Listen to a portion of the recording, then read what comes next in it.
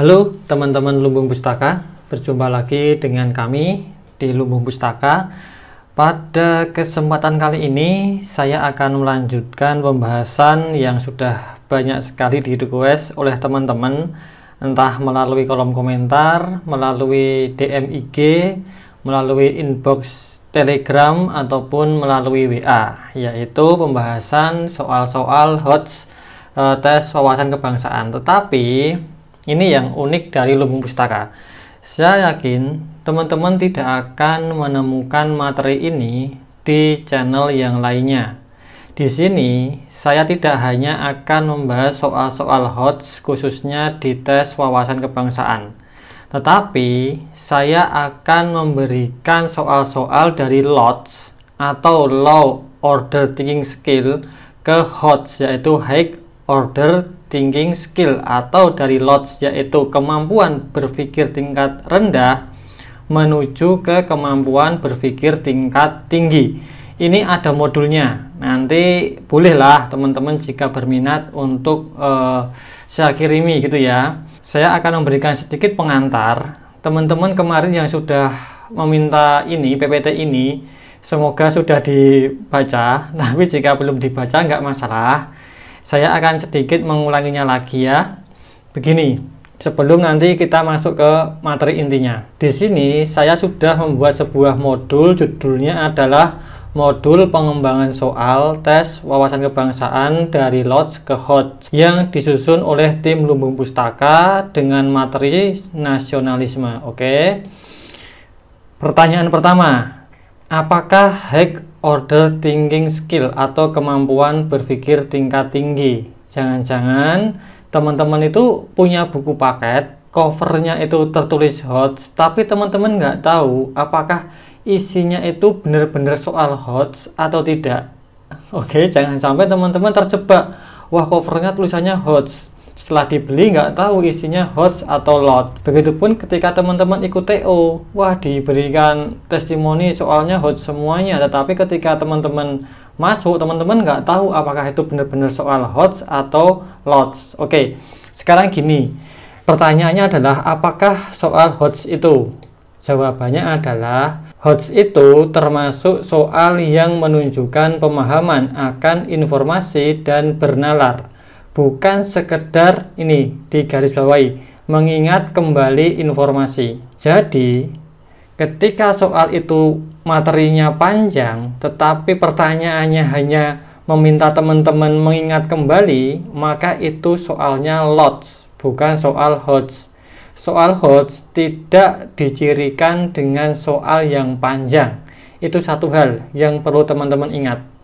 Oke, jadi coba cek ke soal teman-teman, soal-soal TWK teman-teman.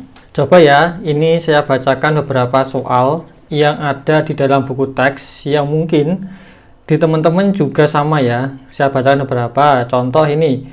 Dibandingkan dengan berbagai norma sosial bersumber dari, soal seperti ini kan hanya ingatan, teman-teman hanya disuruh mengingat. Norma sosial itu sumbernya dari mana? Ya enggak? Ini soal LOTS. Atau seperti ini, norma pertama dalam tata hukum Indonesia saat ini adalah, ya enggak? Ini hanya teman-teman diminta mengingat norma yang ada di Indonesia. Itu adalah soal-soal LOTS. Dan saya yakin buku teman-teman semua yang ada di rumah ataupun dimanapun teman-teman berada, itu isinya adalah soal LOTS semuanya. Andaikan ada soal HOTS-nya, itu sangat sedikit. Karena membuat soal HOTS itu tidak semudah membuat keripik kentang. Jadi ada teorinya, oke? Di sini saya akan memberikan teorinya. Kita cek dulu poin kedua. Ada beberapa cara yang dapat dijadikan pedoman oleh penulis soal untuk menulis butir soal yang menuntut berpikir tingkat tinggi atau HOTS, yaitu materi yang akan ditanyakan diukur dengan perilaku sesuai dengan ranah kognitif Bloom pada level analisis, evaluasi, dan mengkreasi. Setiap pertanyaan diberikan dasar pertanyaan atau stimulus, dan soal mengukur kemampuan berpikir kritis. Nah, di sini ini adalah jawaban ketika banyak orang mengatakan begini, kok soal TWK terasa seperti soal TKP? Teman-teman pasti pernah dengar atau pernah baca komentar seperti itu. Kenapa soal TWK tahun ini mirip dengan soal TKP? Karena ini di soal itu harus ada yang namanya stimulus. Stimulus itu adalah kondisi nyata yang dihadapi oleh kita, khususnya untuk yang ingin diuji. Itu pasti akan membuat soal yang kira-kira pernah dialami oleh peserta. Namanya adalah stimulus, sehingga inilah yang menyebabkan soal TWK itu seperti soal TKP. Lalu kalau begitu pertanyaannya begini, berarti soal TKP itu semuanya HOTS? Jawabannya iya. Soal TKP semuanya adalah HOTS, sehingga soal TKP itu nilainya lebih tinggi dibandingkan dengan nilai TWK dan TIU. Misalkan ada 2 orang, mereka ujian nilainya sama, maka yang akan dijadikan penentu adalah siapa yang nilai TKP-nya paling tinggi, ya enggak? Coba dibaca di undang-undangnya, pasti begitu. Soal TKP yang akan diutamakan. Kenapa? Karena soal TKP semuanya adalah HOTS. Kalau TWK itu campuran. Oke. Pertanyaan kedua terjawab, kenapa soal TWK itu mirip dengan soal TKP? Pertanyaan pertama tadi juga sudah terjawab, bahwa soal HOTS itu tidak semuanya atau tidak identik dengan soal yang panjang. Kita lanjut dulu di sini sebentar. Di sini disampaikan bahwa soal HOTS itu mengacu pada ranah kognitif Bloom. Kita cek dulu ranah yang dibuat oleh Bloom. Ini adalah seorang ahli psikologi dan juga ahli pendidikan. Di sini saya membagi 2 bagian. Yang pertama adalah LOTS, Low Order Thinking Skill, atau kemampuan berpikir tingkat rendah. Kedua adalah HOTS, atau kemampuan berpikir tingkat tinggi. Oke. Nanti kita akan masuk ke soal untuk menerapkan keenam indikator ini. Sekarang teman-teman perhatikan dulu ini ya. Ini penting. Soal LOT sampai dengan soal HOTS itu bertingkat. Mengingat ini yang paling bawah. Dan yang paling tinggi adalah mengkreasi. Oke. Saya berikan contoh sederhana ya teman-teman. Saya akan mengambil contoh untuk teman-teman yang beragama Islam. Mungkin yang tidak beragama Islam atau beragama yang lain tidak masalah, nanti bisa tanya ke yang agamanya Islam. Dalam agama Islam, ketika seseorang ingin membaca Al-Quran, dia harus melewati jilid 1 dulu, baru sampai ke jilid 6. Seperti itu, tidak boleh kita langsung menginjak jilid 6. Kalau langsung menginjak jilid 6 ini, yaitu berkreasi, itu tidak akan bisa jalan karena jilid 1-nya tidak dikuasai. Begitupun dengan soal HOTS. Ketika teman-teman langsung ingin menghajar soal HOTS tanpa memahami soal LOTS, itu nanti teman-teman bisa tersesat. Oke, itu teman-teman harus pahami dulu. Jadi logikanya gitu. Soal LOTS itu harus dikuasai dulu. Jadi buku teman-teman yang buku cetak itu, meskipun isinya LOTS, itu jangan dibuang, tapi tetap dipelajari. Kalau ini paham, soal HOTS itu nanti bisa dikerjakan. Lalu di sini di dalam setiap kategori itu ada tulisan uraikan, identifikasi, dan macam-macam. Ini adalah kata kerjanya. Jadi pembuat soal itu membuat soal tidak sembarangan, tetapi ada kata kerjanya. Misal mengingat ya, saya mengambil ini urutkan, maka soalnya akan berbunyi begini: urutkan Pancasila dari sila pertama sampai dengan sila kelima. Maka teman-teman hanya disuruh mengingat saja sila pertama sampai dengan sila kelima. Itu contoh soal LOTS, yaitu mengingat. Ketika sudah selesai di soal mengingat, jika ditingkatkan, yang tadinya mengingat mau ditingkatkan ke level kedua, yaitu pemahaman, masih di tingkat LOTS, maka kata kerjanya harus diganti. Yang tadi adalah mengurutkan, maka kata kedua itu harus memilih yang ada di sini. Oke, yaitu pemahaman. Taruhlah saya mengambil yang ini jelaskan, maka saya akan merubah soalnya. Yang tadi mengurutkan Pancasila, level berikutnya adalah pemahaman, maka soalnya menjadi jelaskan makna sila yang pertama. Nah, itu sudah masuk ke LOTS tahap 2. Begitupun sampai tahap berikutnya, dan berikutnya. Jadi, soal HOTS itu bertingkat. Dan tingkatannya itu harus teman-teman pahami. Jangan sampai teman-teman mengira soal LOTS, 3 soal LOTS ini, teman-teman kira itu adalah soal HOTS. Sehingga nanti ketika ujian aslinya, teman-teman kaget loh. Kok soalnya nggak sesuai dengan yang ada di buku? Ya itu ya konsekuensi teman-teman. Karena bukunya adalah soal LOTS. Hanya saja covernya soalnya HOTS. Ya itu oke lah. Yang namanya branding pemasaran kan ya seperti itu.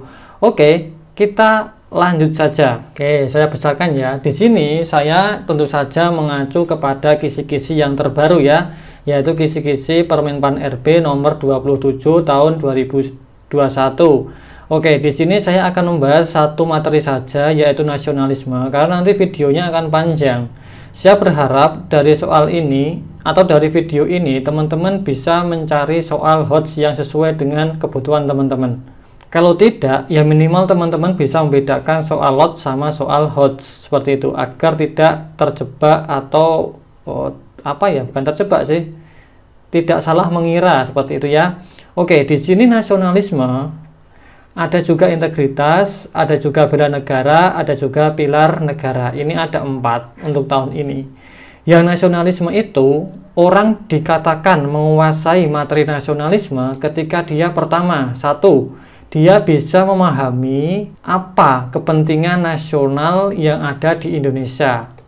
Yang kedua, dia juga bisa memahami apa cara mewujudkan cita-cita negara.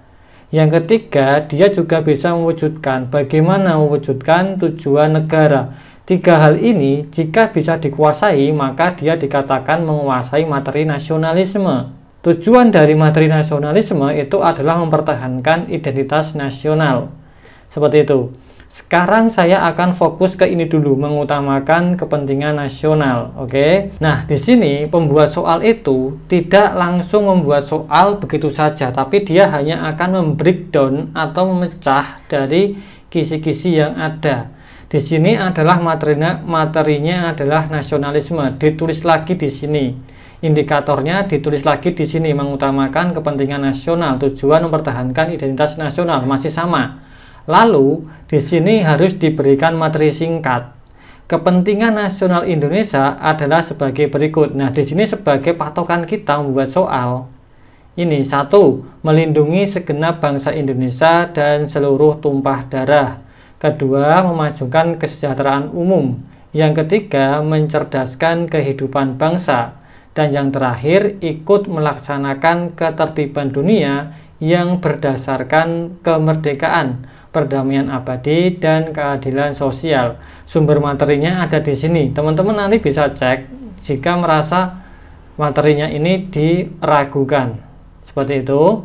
Oke, kita lanjut lagi ya. Jadi nanti soal itu yang akan saya jelaskan itu nasionalisme dengan inti materinya ini, 4 hal ini. Dan setiap soal akan ada 6 soal dari lot 1 sampai HOTS 3. Oke, kita masuk langsung saja. Nanti ini PDF-nya teman-teman boleh yang berminat silahkan nanti WA saja, saya kirimi. Di sini sudah ada soalnya, ada jawabannya, jadi teman-teman santai aja bisa dibaca-baca. Tapi saya hanya akan menerangkan bagaimana cara membaca soalnya. Oke ya, kita pindah dulu ke mana lembar tulis saya. Di sini ya lembar tulis saya. Ini soalnya sama dengan apa yang ada di sini, cuman saya pindah saja biar bisa dicoret-coret. Sekarang kita teman-teman fokus ke sini ya. Teman-teman perhatikan dulu. Oke, teman-teman nggak usah berpikir yang lain-lain, fokus ke sini dulu. Perhatikan dengan seksama, nanti teman-teman akan paham maksud saya. Di sini saya mengambil bagian yang pertama, yaitu melindungi segenap bangsa Indonesia dan seluruh tumpah darah. Itu sudah saya masukkan ke sini, yaitu ke tujuan soalnya, melindungi segenap tumpah darah Indonesia. Intinya begitu.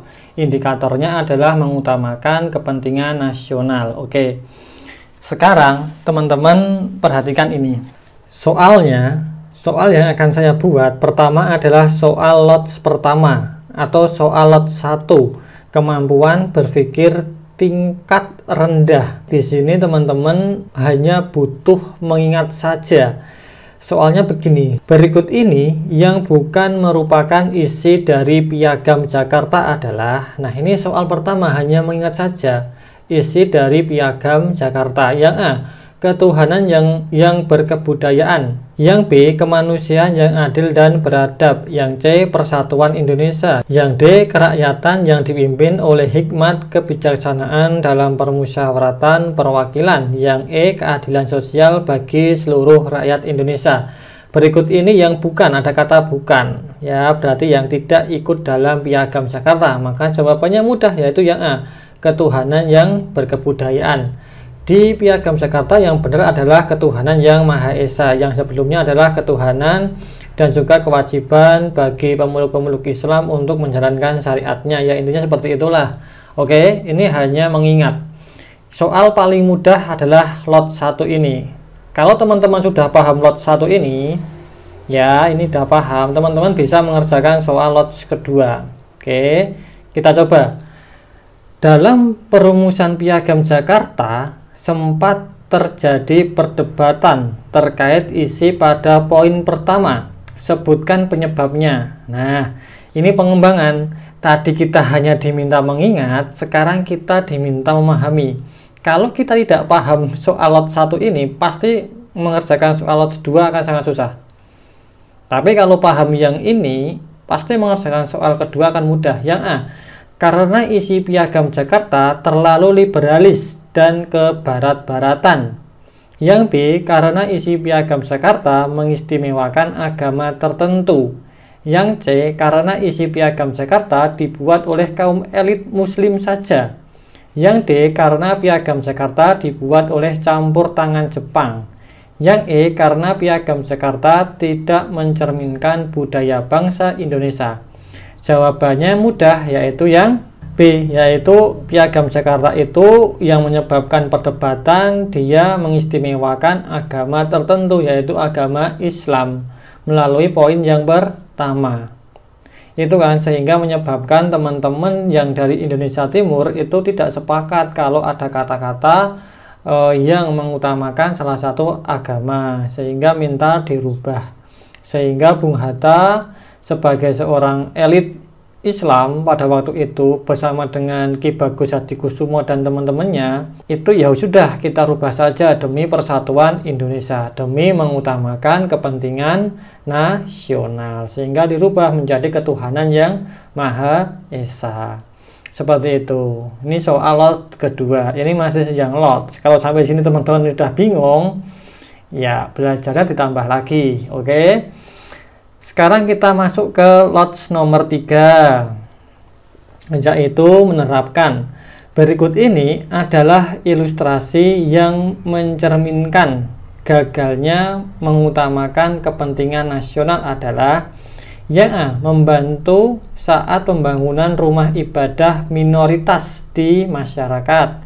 Yang B, ramah dengan tetangga yang berbeda keyakinan tetapi tidak mau ikut sembahyang sesuai yang dia yakini. Yang C, memilih sekolah terbaik untuk anak.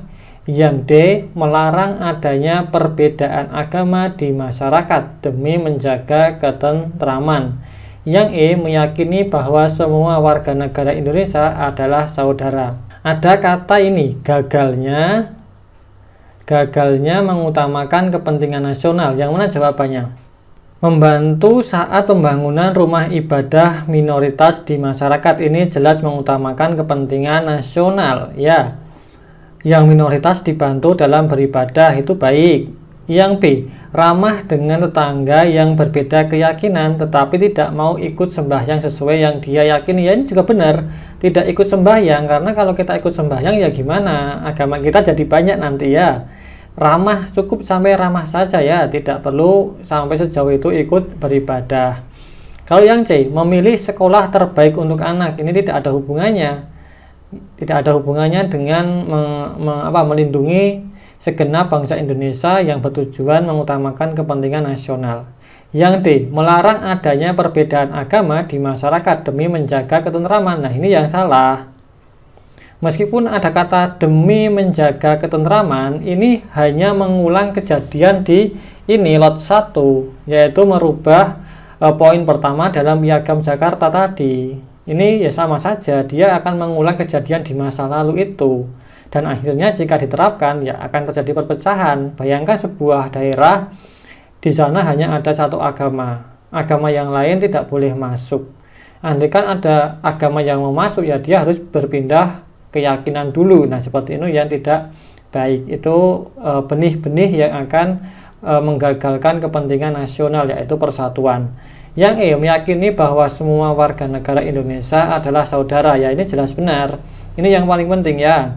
Ini seperti yang dicontohkan oleh Bung Hatta dan juga teman-temannya yang memilih merubah poin pertama dalam Piagam Jakarta, karena kita semua saudara.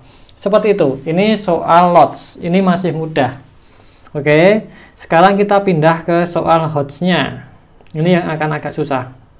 Ini soal HOTS-nya, sambungan dari tadi. Masalahnya kan sebenarnya hanya sepele ya. Masalah Piagam Jakarta saja awalnya, tapi ketika masuk soal HOTS ini berbeda cara berpikirnya. Ini akan mulai masuk soal TWK yang mirip dengan soal TKP.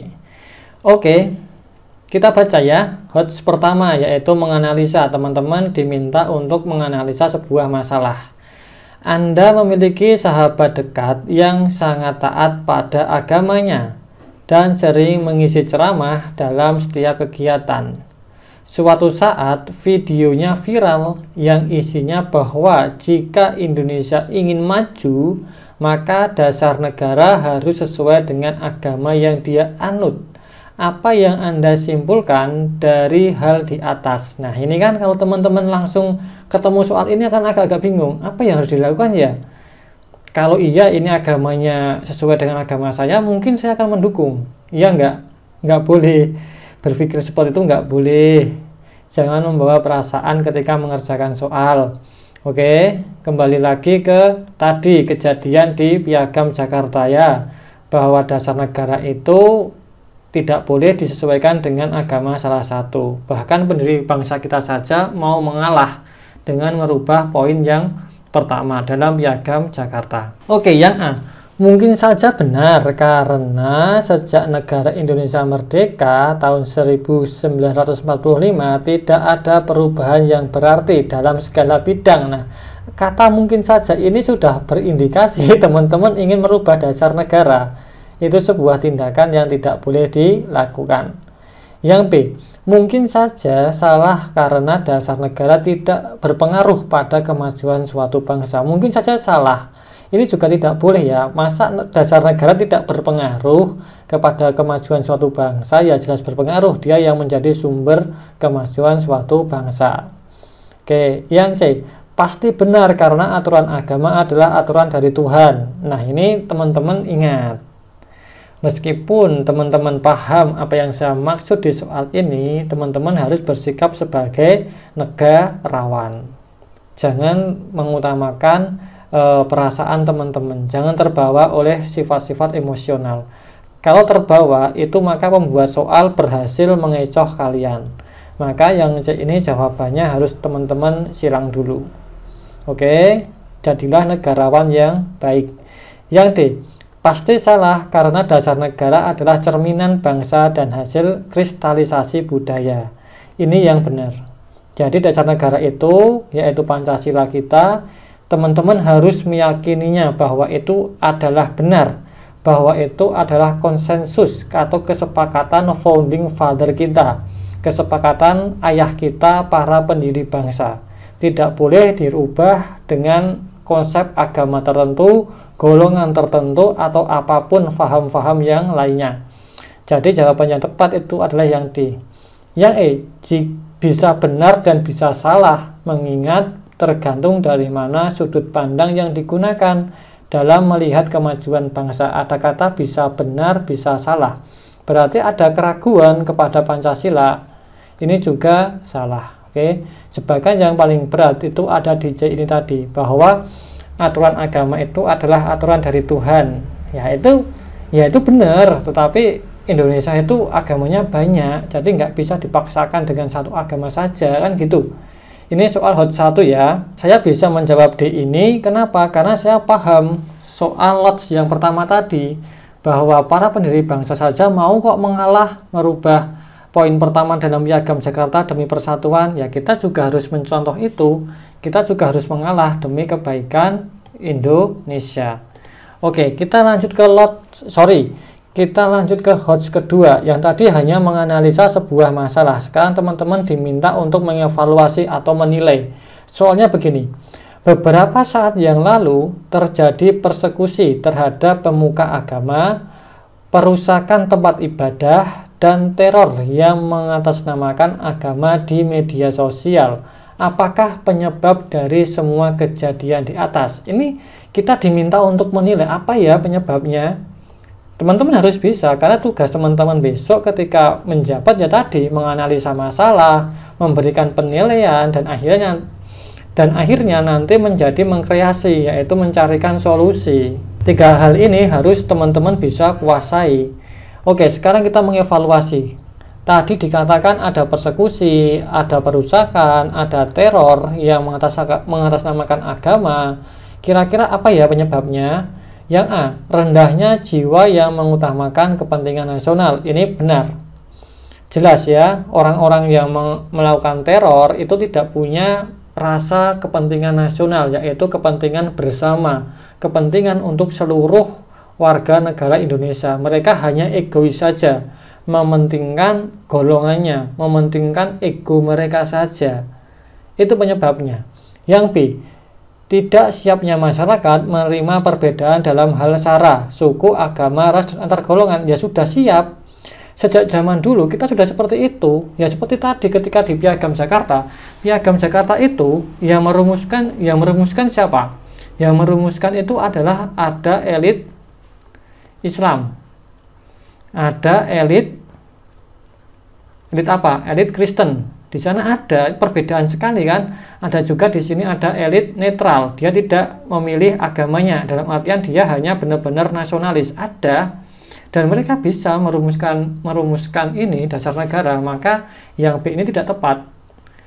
Founding father kita sudah mencontohkan bahwa kita bisa saling merangkul dengan perbedaan yang ada. Di tagline apa namanya? Di semboyan Pancasila pun sudah jelas Bhinneka Tunggal Ika. Berbeda-beda tetap satu jua.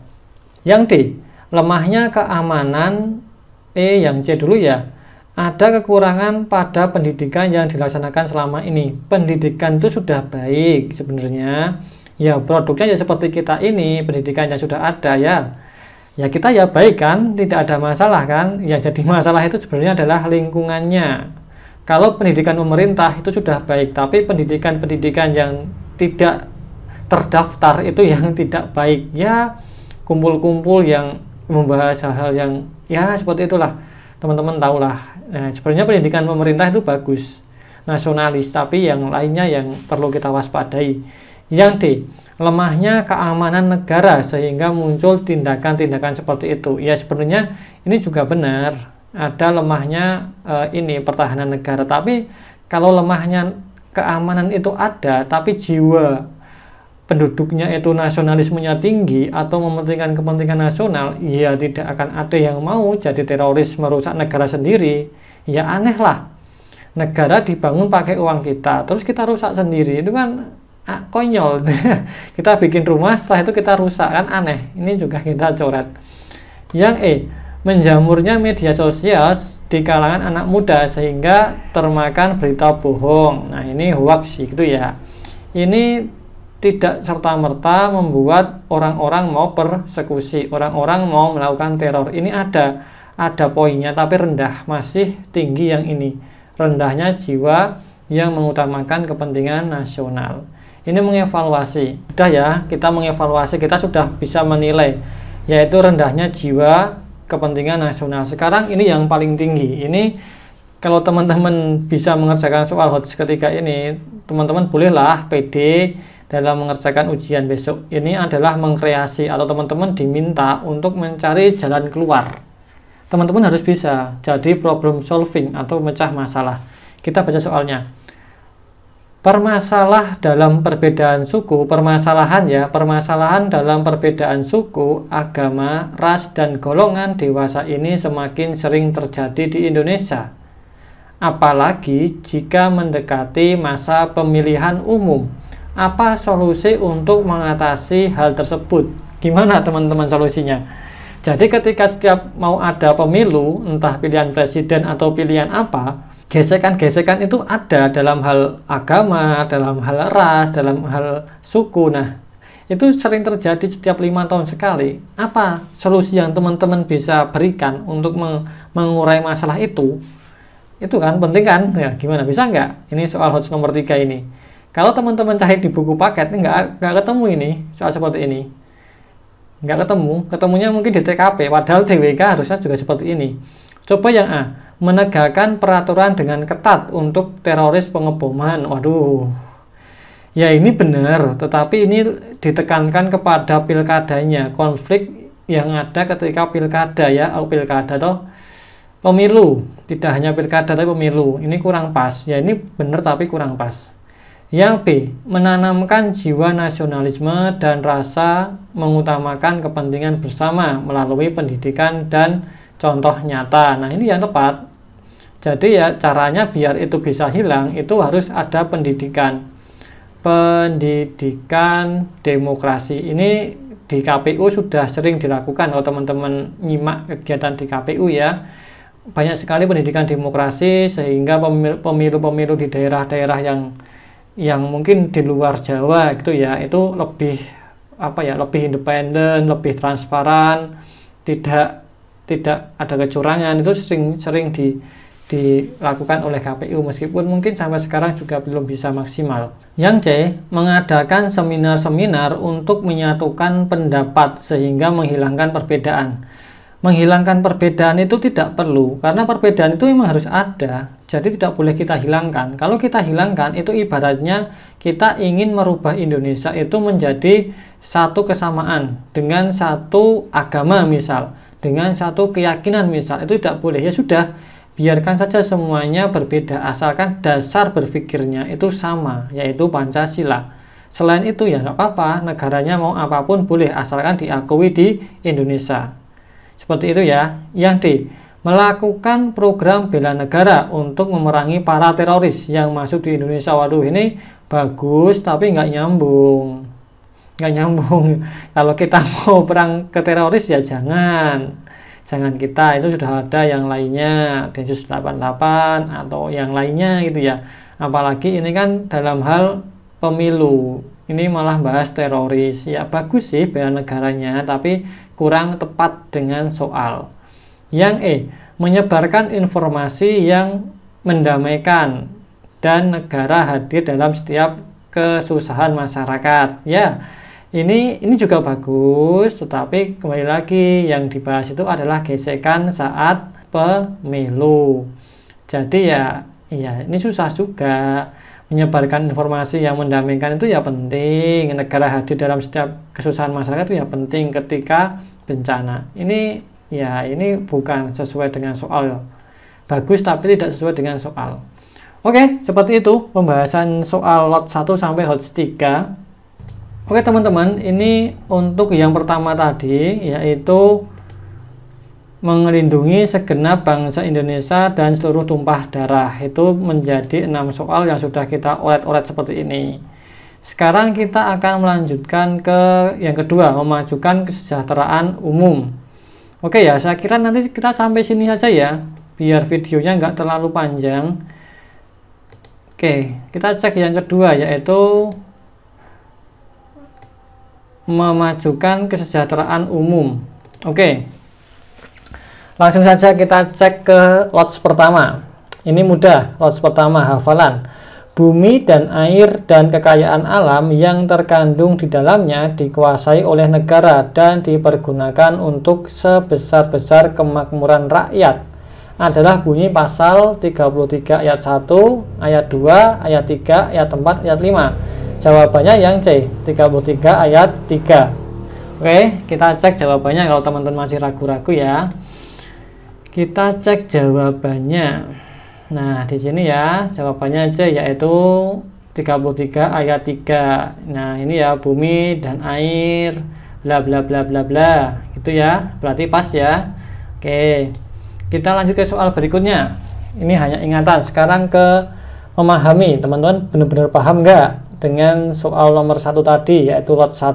Temukan pernyataan berikut yang bertentangan dengan UUD Negara Republik Indonesia 1945 pasal 33 yang tadi ya, bahwa bumi dan air itu adalah milik bersama dan digunakan untuk kemakmuran rakyat.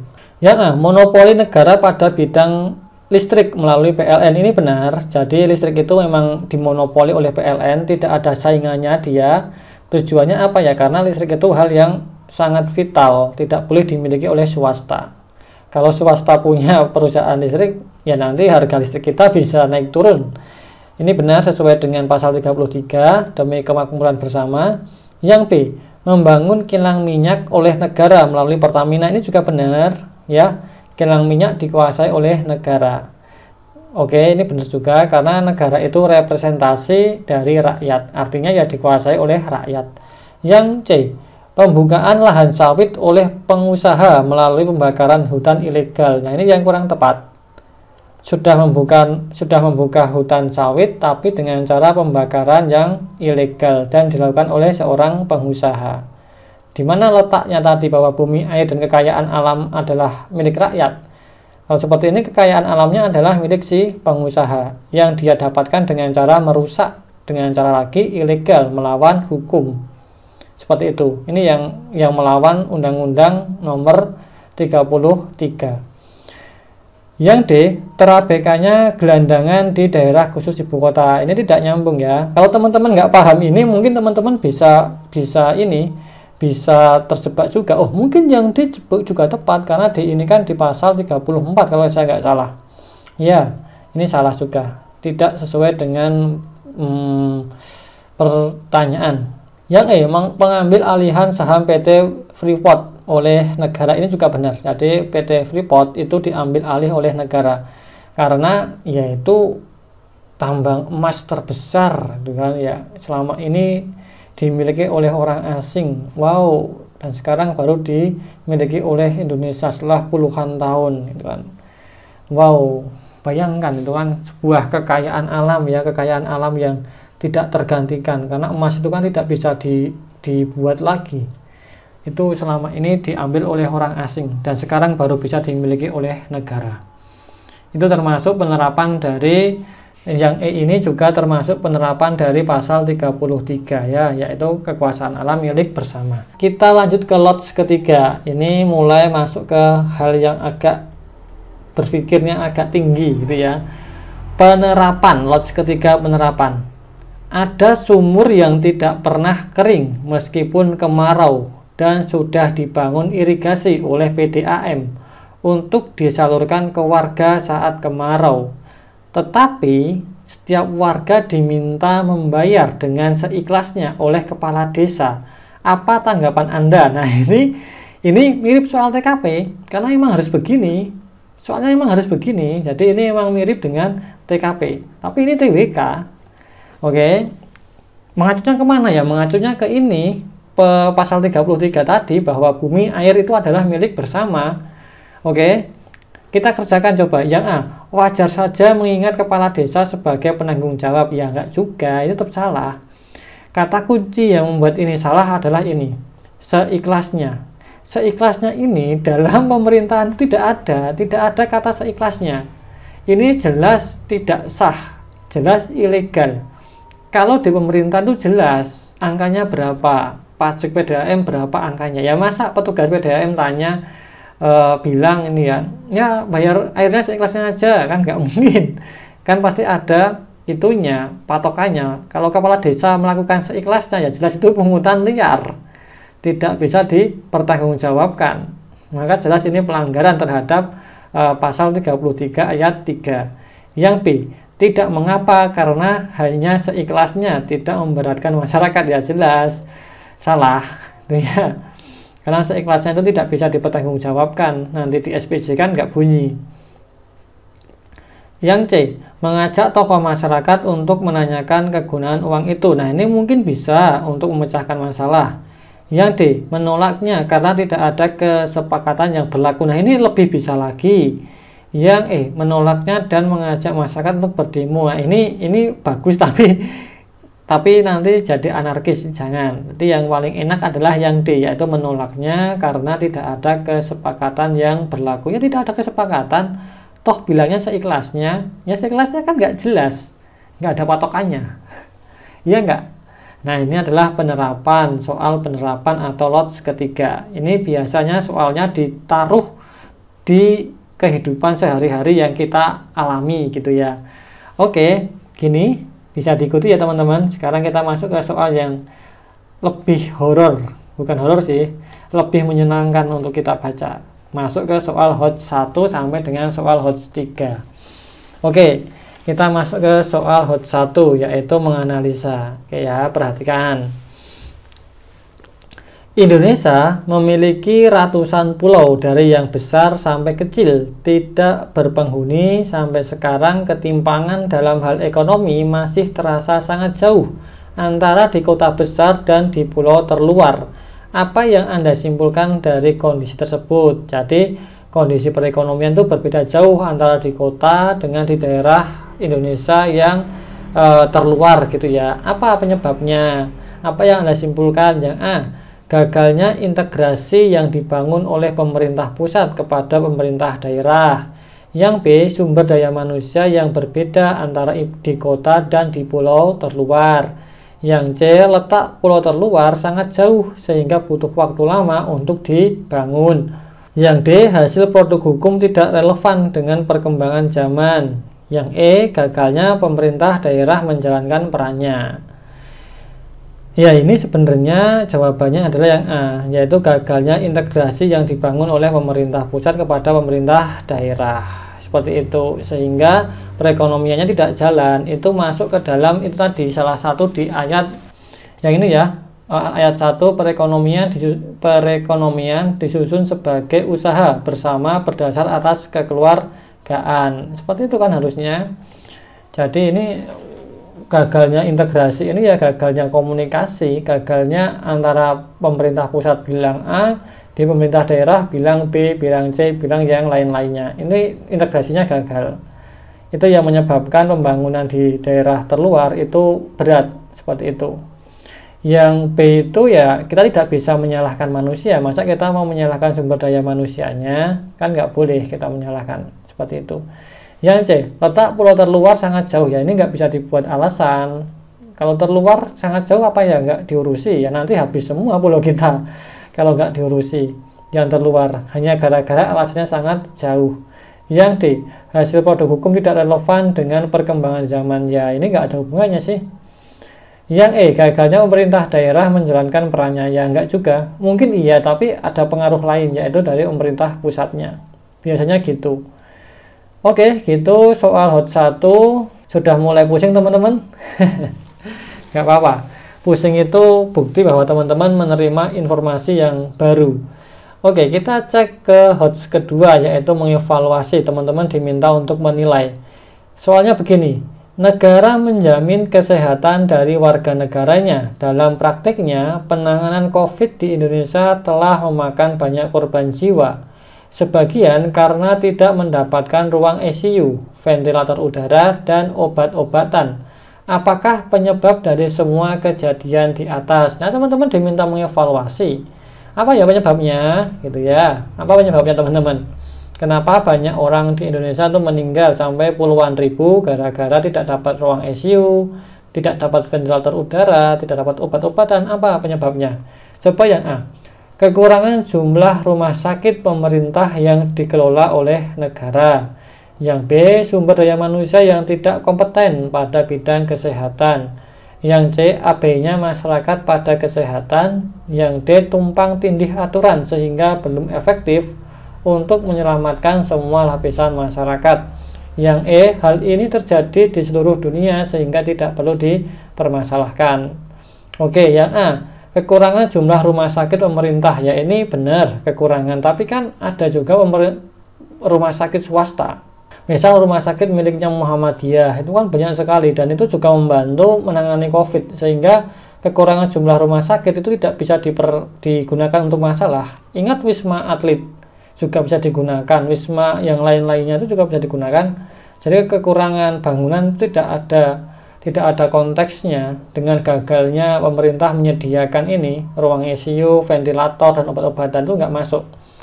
Yang B, sumber daya manusia yang tidak kompeten pada bidang kesehatan juga tidak mungkin. Masa kita menyalahkan tenaga medis kita karena tidak kompeten, tidak ahli, kan nggak mungkin juga. Mereka pasti ahli gitu kan. Yang C, AB-nya masyarakat pada kesehatan. Ini mungkin menyebabkan masyarakat itu banyak yang meninggal.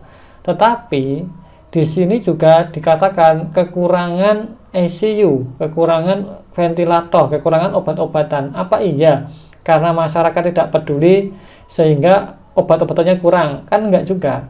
Yang D, tumpang tindih aturan sehingga belum efektif untuk menyelamatkan semua lapisan masyarakat. Nah, ini yang benar. Aturan selama kita menghadapi pandemi selama ini kan sangat banyak sekali tumpang tindihnya kan. Taruhlah sederhana, ketika Menteri Perhubungan bilang, ya boleh sana kalau mau mudik ya mudik gitu kan. Masih ingat nggak? Masih ingat ya. Tiba-tiba ada yang bilang lagi, Menteri itu ya PMK, ya jangan mudik nggak boleh. Ya itu kan sangat tumpang tindih sekali ya. Ini contoh sederhana. Saya tidak menyudutkan pemerintah ya, tapi itu fakta di lapangan. Kan seperti itu. Itulah yang menyebabkan ini ruang ICU-nya tidak ada, ventilator juga kurang, obat-obatan juga kurang. Ini kan juga gara-gara itu. Tumpang tindihnya aturan-aturan di kementerian, di lembaga, dan macam-macam lah. Ya itulah teman-teman. Ya seperti itu ya negara kita, jadi ya harus kita terima, dan nanti teman-teman kalau jadi pegawainya ya diperbaiki gitu ya. Oke, coba yang E. Hal ini terjadi di seluruh dunia sehingga tidak perlu dipermasalahkan. Ya jangan tetap dipermasalahkan. Kalau tidak dipermasalahkan berarti kita menyerah. Oke, ini juga salah. Oke, kita lanjut ke hot nomor 3. Ini juga yang paling susah. Teman-teman diminta mencari solusi ya. Jadi ini harus berpikir tingkat tinggi, berikan solusi yang mencerminkan seorang ASN yang baik gitu ya, berdasarkan dengan hukum-hukum negara yang ada. Kita baca soalnya. Program PSBB sampai PPKM menimbulkan gejolak di masyarakat seperti pendapatan yang hilang, mengingat tidak semua masyarakat adalah pegawai yang memiliki gaji tetap meski WFH. Apa solusi untuk mengatasi hal tersebut sebagai kepala desa? Jadi ini teman-teman kepala desa dan warganya itu tidak semuanya adalah seorang pegawai, sehingga mereka ada sebagian itu yang tidak punya pendapatan selama PPKM. Apa yang teman-teman berikan sebagai solusi sebagai kepala desa? Coba yang A, memberikan edukasi kepada masyarakat bahwa ini demi kebaikan mereka sendiri. Ya gimana? Masyarakat kelaparan, masa malah mau diberikan edukasi, diberikan pendidikan? Ya nggak bisa mikir lah, lapar disuruh mikir, ya nggak bisa jalan. Kita coret. Yang B, memberikan teguran secara lisan kepada masyarakat yang tetap beraktivitas di luar rumah selama PSBB. Ya jangan, ini juga tidak baik juga. Ini bukan memecahkan masalah, masalahnya itu orang-orang kelaparan ketika PPKM. Yang C, membuat pendataan secara rinci masyarakat terdampak dan mencari solusi dengan perangkat desa. Nah ini mungkin carikan solusi dengan cara pendataan dulu sehingga datanya valid. Coba yang D, menyebarkan bantuan berupa beras dan makanan kepada seluruh masyarakat tanpa pandang bulu. Nah ini terkesan baik tapi kurang bagus karena tanpa pandang bulu, sehingga di sini tidak tercapai kata efektif, tidak memberikan efek yang jelas. Ya kalau yang sudah pengusaha kalau yang sudah pegawai ya nggak usahlah diberikan bantuan, toh gaji mereka tetap. Coba yang diberikan bantuan itu yang gajiannya harian itu bisa ditambah daripada diberikan kepada yang sudah gajinya tetap, kan seperti itu ya. Yang E, membiarkan saja karena seiring berjalannya waktu semua juga akan berakhir. Waduh, kalau ini ya jelas menyerah ya. Ini menyerah kepada takdir, jangan menyerah dong. Terus berusaha. Maka jawabannya adalah yang C, yaitu membuat pendataan secara rinci masyarakat terdampak dan mencari solusi dengan perangkat desa. Ini yang paling rinci, ini yang paling jelas gitu ya. Oke, sampai sini aja ya pembahasannya, karena nanti panjang kalau kita mau lanjutkan lagi. Teman-teman bisa membaca ini saja, membaca materi saya, boleh. Nanti jika teman-teman berminat dengan PDF ini, silahkan berkomentar ya di kolom komentar, agar kolom komentarnya itu aktif, ada isinya. Bolehlah berkomentar hal-hal yang positif. Nanti setelah komentar baru boleh WA saya. Ya gitu ya, dealnya gitu ya. Nanti nomor WA-nya saya taruh di deskripsi, itu nomor WA kantor Lumbung Pustaka, jadi silahkan WA, tidak masalah. Oke, sampai di sini dulu. Ini jawaban request dari teman-teman yang dari kemarin request soal-soal TWK. Nanti jika kurang, silahkan request lagi di kolom komentar, santai saja. Kita sama-sama belajar ya. Kalau ada kritik dan saran juga boleh di kolom komentar. Oke, demikian. Terima kasih atas perhatiannya. Mohon maaf bila ada kekurangan. Sampai jumpa lagi. See you. Sehat-sehat teman-teman.